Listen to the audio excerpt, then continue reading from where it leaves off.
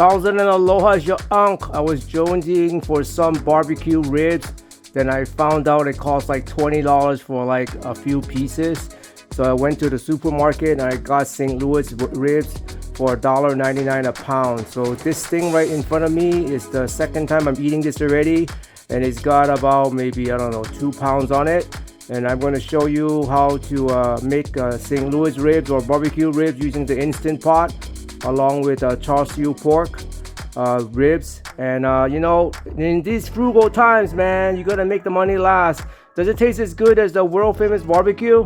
Probably not, but hey, it's thick and juicy and tender and tasty.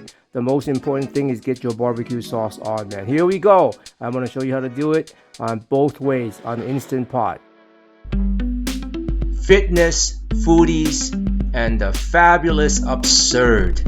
From burpees to Camus, you're never gonna know what you're gonna get from your unk, burpeeYOGA uncle. Alright, we're gonna make the regular barbecue ones first. The first thing you wanna do is take mustard and tab it on top of the pork ribs on the front and back and lather it, because that's gonna be used as a binder to bind your rub. That's going to be on top of it. The rub is optional in terms of what you want to put in it. There's some main stuff you can put in, but you can also add other stuff like celery or not paprika, but hot spicy powders, whatever you want to add. But you know, it's sometimes you can just add garlic, salt, and pepper. That's all you might need too. So it's just entirely up to you, however you want to make it, however tasty you want to do it. And once that's done, you want to put it into the refrigerator for at least 2 hours, preferably half a day to a whole day. So again, when you put the rub in, you're going to tab it on. You don't want to rub it. And there you go. It's all done. And when you take it out, you see it's ready to be put in the oven. But before that, we're going to put it into the Instant Pot. Otherwise, it'll take many hours. You put water and apple cider vinegar in there. And then once it's running in there, heat it up. And once it's heated up, you're going to put in your liquid smoke. The liquid smoke, you can put 1 teaspoon, more or less, depending on how much flavor you want. And once it comes out of the hot pot or Instant Pot, then you're gonna bake it in the oven for maybe 350 for about half an hour or so. It's actually cooked already, just depending how much crusty you want it. And once that piece is taken out, look at that, it's so yummy looking.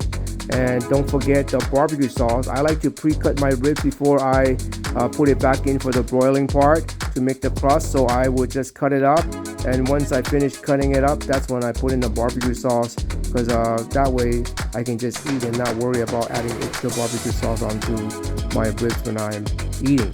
So again, any barbecue sauce would do. I just use the Big Box brand. I'm not really a barbecue sauce connoisseur. I suppose you can make your own too, but you know, who has time for that, right? Unless you're a barbecue pit master. And like, look at that. Once it's done, this is when it's done. You put it back in the oven and the broil. You get the char, and that's what it looks like. And on to making it the char siu style, Chinese char siu style.